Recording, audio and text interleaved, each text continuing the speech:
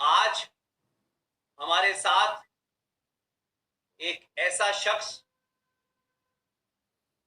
जो कभी भी राजनीतिक गलियारों में नहीं दिखा,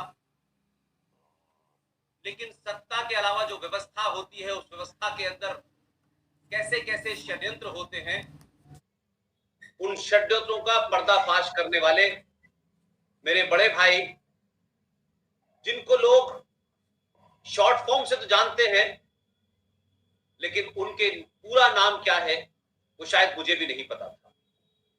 जी, मैं बात कर रहा हूं रामास्वामी वेंकट सुब्रमणी, जिनको लोग आरवीएस मनी के नाम से जानते हैं।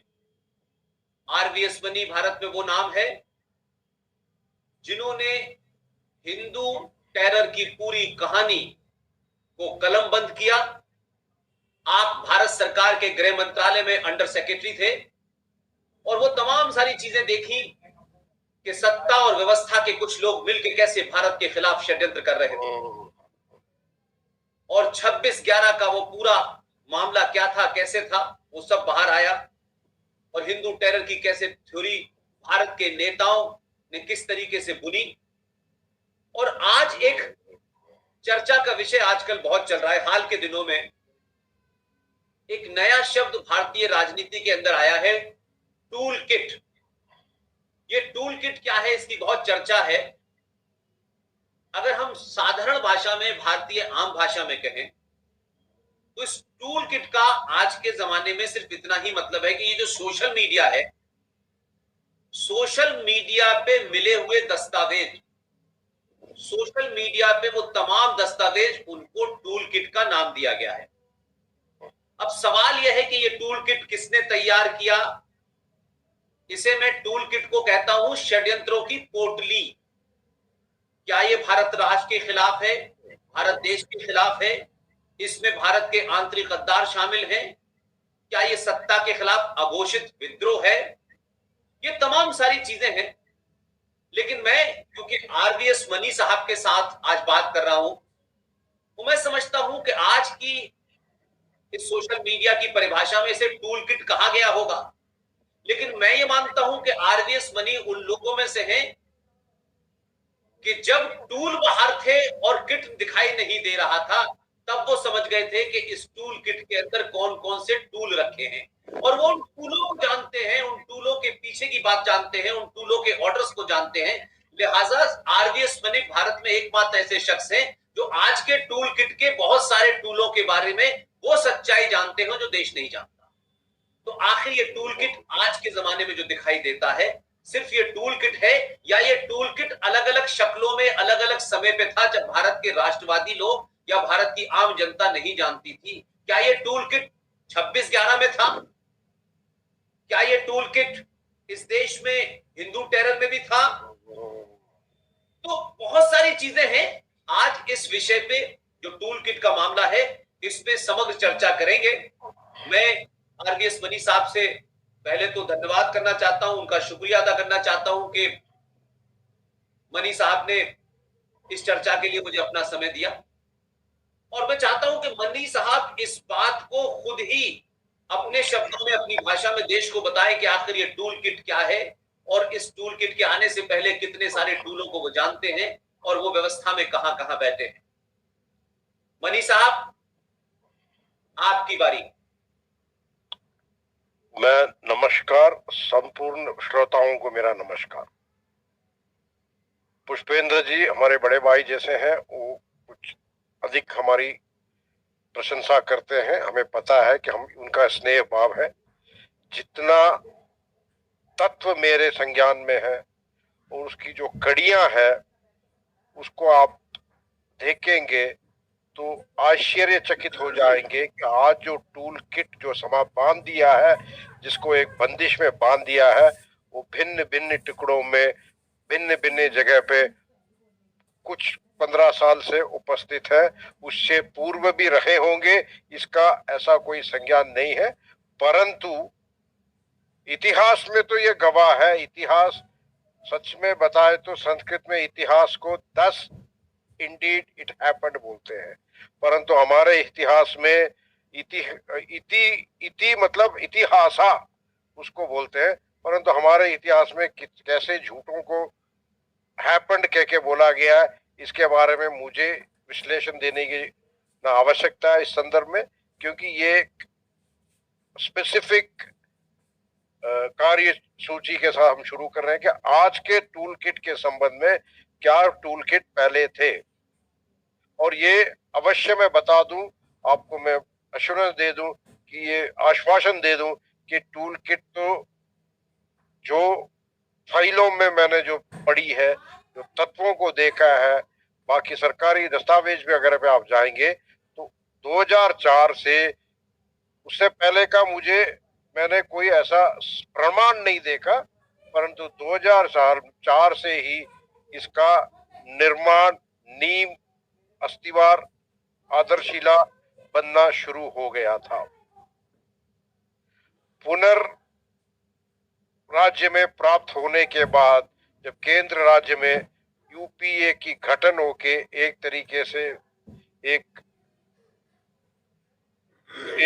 सोच की सरकार आई थी केंद्र में, उसके तुरंत ही बाद एक राष्ट्रीय सलाहकार समिति बनाई गई थी, जिसका जो अध्यक्षता हमने एक किसी मैडम को दिया था, जो आज बड़े पैमाने पे काफी विपक्ष के नेता के पूरा विपक्ष उनके नेतृत्व में है। ये भिन्न भिन्न दलों में है, परंतु नेतृत्व अभी भी उनका चलता है। कहां से उनको आदेश मिलता है इसका कोई संज्ञान नहीं है, न कोई प्रमाण है, परंतु वो इनका एक कार्य सूची है, उसको यहाँ चलाया जाता है। और टूल किट में जैसे ही राष्ट्रीय सलाहकार समिति का गठन हुआ था, उसके सदस्यों को देखिए। जॉन ड्रीज वो व्यक्ति हैं जिनकी सहधर्मिणी कहो या साथ रहने वाली कहो या पत्नी, इसका कोई कंफर्मेशन नहीं है, बेला भाटिया नक्सल्स की नंबर 1 लीडर है। उनको प्रोत्साहित करती है, उनको वित्तीय सहायता में, व्यय के सहायता में मदद करती है संपूर्ण तरीके से। इसमें कोई भी दो राय नहीं है, दो मत नहीं है।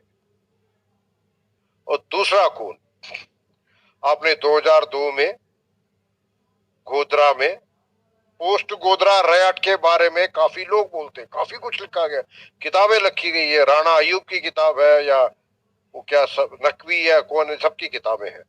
परंतु 2002 के अंदर मैंने इसको एक हलफनामा, एक वचन पत्र के रूप में कुछ तत्वों को गुजरात हाई कोर्ट में समर्पित किया है, दाखिल किया है, वो भी उनके आदेश पे। मैंने अपने स्वेच्छा नहीं किया, वहां से आया था। तो एक कोई ऐसे व्यक्ति थे जिनका परिजन 2002 के साबरमती एक्सप्रेस के दुर्घटना में मारे गए थे, तो उन्होंने एक याचिका लगाई थी। उनका नाम है सरदार जी मगन जी वाघेला। उन व्यक्तियों ने एक याचिका लगाई थी गुजरात उच्च न्यायालय में। उसके संदर्भ में मैंने कुछ कहा था, उसके बारे में आज तक कोई भी चर्चा, संवाद किसी भी मीडिया में नहीं हुई। राम भक्त आ रहे थे, राम सेवक आ रहे थे साबरमती एक्सप्रेस में, S5 और S6 कोचेस में थे। गोधरा स्टेशन में, गोधरा पहले वाले दिन ही, उसका आगमन से पहले वाले दिन की इतनी तैयारी हो चुकी थी कि 140 लीटर एक अमन गेस्ट हाउस जो गोधरा स्टेशन के बिल्कुल सामने है, उसमें स्टोर किया गया था 140 लीटर ऑफ पेट्रोल। ये मैंने समर्पित किया है गुजरात उच्च न्यायालय, वहां से शुरू होती है। उसके बारे में किसी ने कुछ नहीं कहा। वो हाजी साहब जिनके जो गेस्ट हाउस के मालिक थे, उनके गेस्ट हाउस में रखी गई थी। ट्रेन लेट आई, विलंब होके पहुंची, विलंब होके पहुंच के चली गई थी, क्योंकि ये लोग प्रतीक्षा कर रहे थे कि 140 लेके, तो चेन खींची गई। चेन खींच के उसके बाद S5 S6 कोच में 140 लीटर से आग लगाई गई थी। ये है तत्व। मैं आज बड़े दुखद के साथ कह रहा हूं, मैंने अपने किताब में भी लिखी है, मैंने वचन पत्र हलफनामा जो, बिकॉज हमारी जो भाषा भी जो है ना, अंग्रेजों ने और अन्य लोगों ने आके हलफ वचन पत्र को हलफनामा के नाम दे दिया, जो उर्दू से मुझे ऐसा कोई पता नहीं, मगर मैं अपनी तरफ से संपूर्ण प्रयास यही करता हूं कि मेरे हिंदी जो है शुद्ध सनातनी हिंदी हो, इसलिए मैं बता रहा हूं। 140 लीटर पेट्रोल जो है कोई किचन में यूज नहीं होता, और किचन में पेट्रोल यूज नहीं होता। फिर वहां के डीएम ने कुछ किसके आदेश पे किया पता नहीं, पर वहां के डीएम ने उसको कैसे कवर अप किया इसका पता नहीं, इन चीजों का बाहर आया ही नहीं। ये तो पुलिस इन्वेस्टिगेशन में बाद में आया। और जैसे ही 2004 में राज्य में पुनरागमन के बाद, एनएसी के गठन के बाद, जो डीएम जिन्होंने वहां पर उनको बचाव की थी, उनको ओएसडी एनएसी बन के डायरेक्टर नेशनल एडवाइजरी काउंसिल के सोनिया जी के निजी स्टाफ पे लाया गया। ये सब तत्व हैं, मैं नहीं कह रहा, आप कोई भी जाके इसका वेरिफिकेशन कर सकते।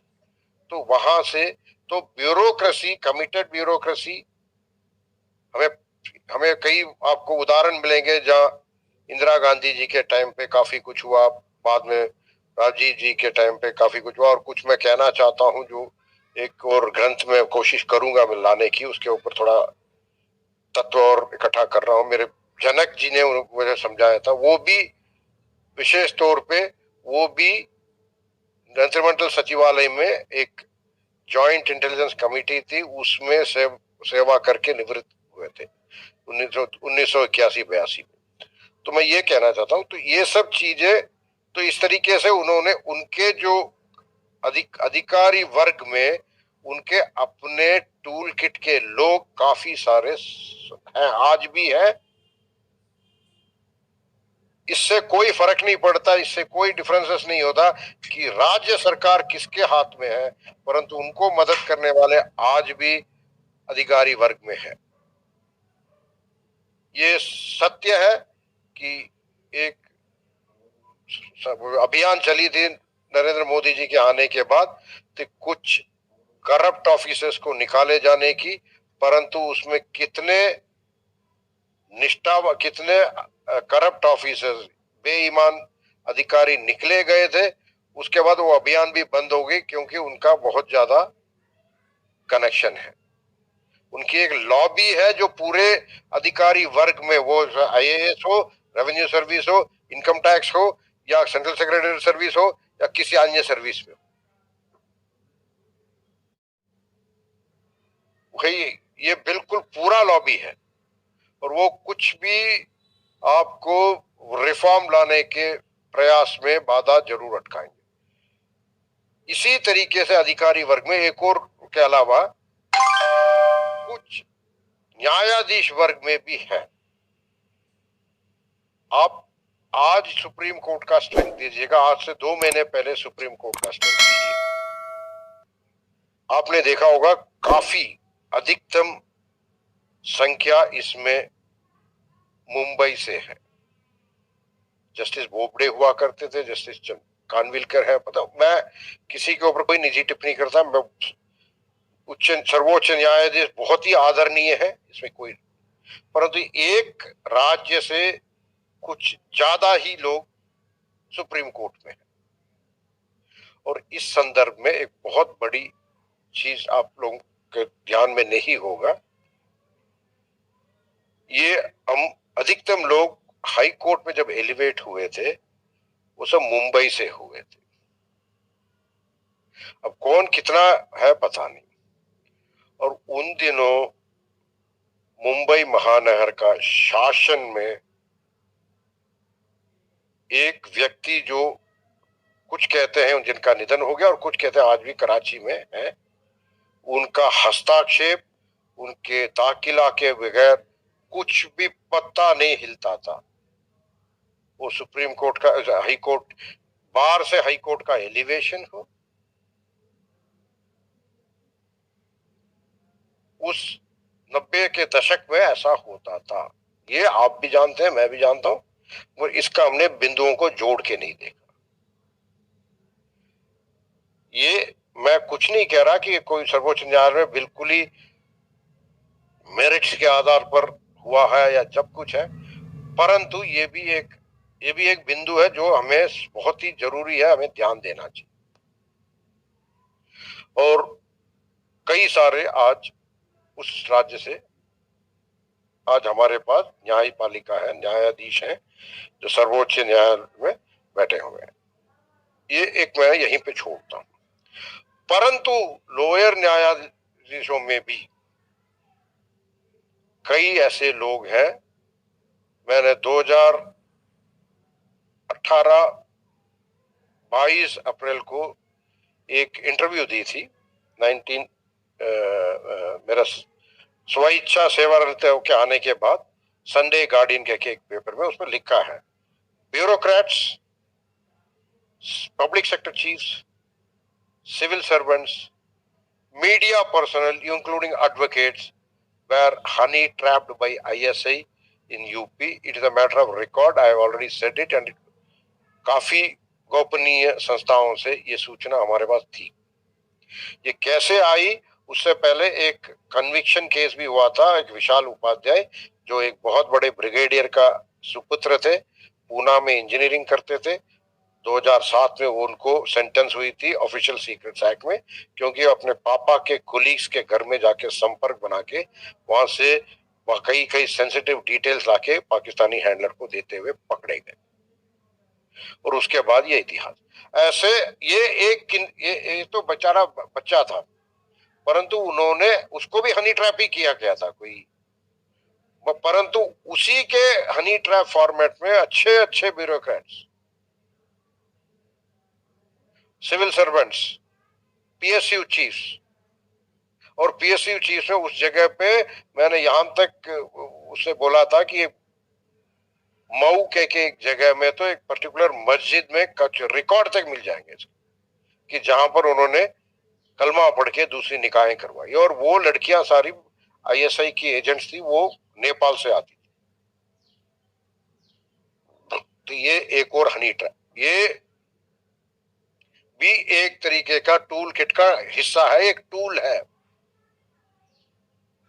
ये भी एक टूल है कि बेसिकली जो ओपिनियन मेकर्स हैं, तो उन दिनों तभी हमारे पास ऐसा हुआ कि 2007 का जो कोर्ट्स के अंदर हमला हुआ था 23 मार्च या 23 नवंबर 2007 को, उसके अंदर भिन्न भिन्न तरीकों से 4-5 बार हमने राज्य सरकार को अवगत करने के बावजूद भी ये हमला हुआ था। यह आतंकवादी हमला डिस्ट्रिक्ट कोर्ट्स के अंदर हुआ था और हम रोक सकते थे, परंतु ये भी होने दिया। और इसके संदर्भ में उसके बाद में कई चीज निकल के आई थे, तब पता चला। तो वो जो हनी ट्रैप थे उन्होंने सीधा सत्ता को ब्लेम करना शुरू कर दिया, और सत्ता ने कहा कि नहीं, वो नहीं, ये नहीं, आपस में। और उसका क्या है कि उसका आगे हम बढ़ नहीं सके, और हर आतंकवादी हमले के बाद यही होता रहा। कभी हिंदू को बता दिया कि ये हिंदू आतंकवाद है।